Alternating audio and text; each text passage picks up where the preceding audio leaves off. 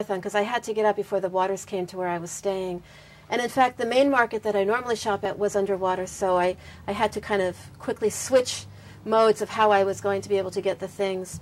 And I found some new places. So this is made out of mango wood. This is a yin-yang salt and pepper shaker, which I just think is so nicely made. And we also, I was told that I had to get as much heavy things as I could so that the shipping would be cheaper. The heaviest thing I could find was this Thai granite, and it's a mortar and pestle. It was a challenge to try to get everything done in the amount of time that I did.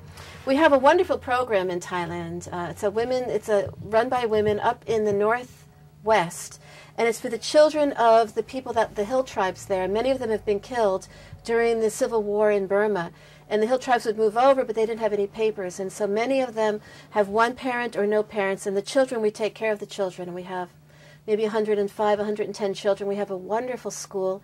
And we also have a women's cooperative where they do weaving and they make beautiful items that in years past we've sold. This year I couldn't get up there because of the flooding, so I wasn't able to bring anything back. But what I did get instead was some beautiful things from Peru. These are alpaca wool blankets in the very traditional Inca motif, and very, very soft alpaca leg warmers. We also have gloves and hats, and this year we have alpaca socks, which apparently are very lightweight and extremely warm, so probably good for skiing and hiking. And again, the program in Peru is a wonderful program.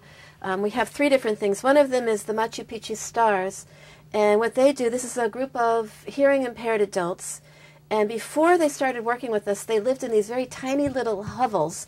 And the disabled in Lima, I don't know about the rest of Peru, but they're very much marginalized. So we started a program to try to empower them. And it's been running now for maybe 8 years. And they make the dress on this child is just phenomenal. So it's a seamstress. We teach them sewing and cutting, and they design the clothes. And this little doll, her hair is pure wool, and the inside is wool, so that if a baby's holding it, it retains the baby's heat. And it gives back the comfort. So it's and it's very simple. There's nothing here that the child can choke on. It's got these cute little drawers.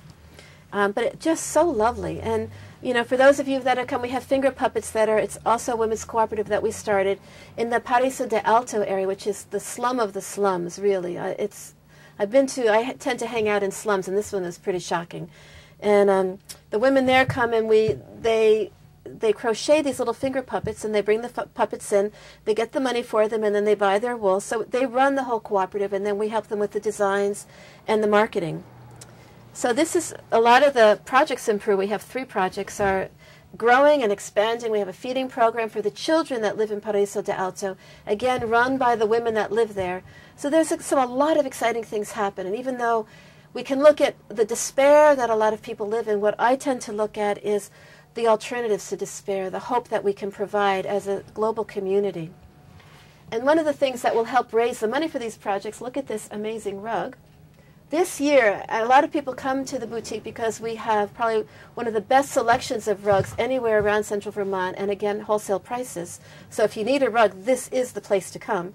And we have a whole new kind of rug this year. This is one that a very kind of tribal, and we have a lot of Persian rugs. The largest rug we have this year is 10 by 13. By far the biggest we've ever had. I don't know if people have homes that big. I'm hoping they do, because we have 2 antique Persian Kashan rugs that are 10 by 13.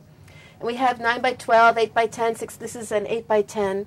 We also have little tiny 2 by 3. So according to what people would like, we probably have something.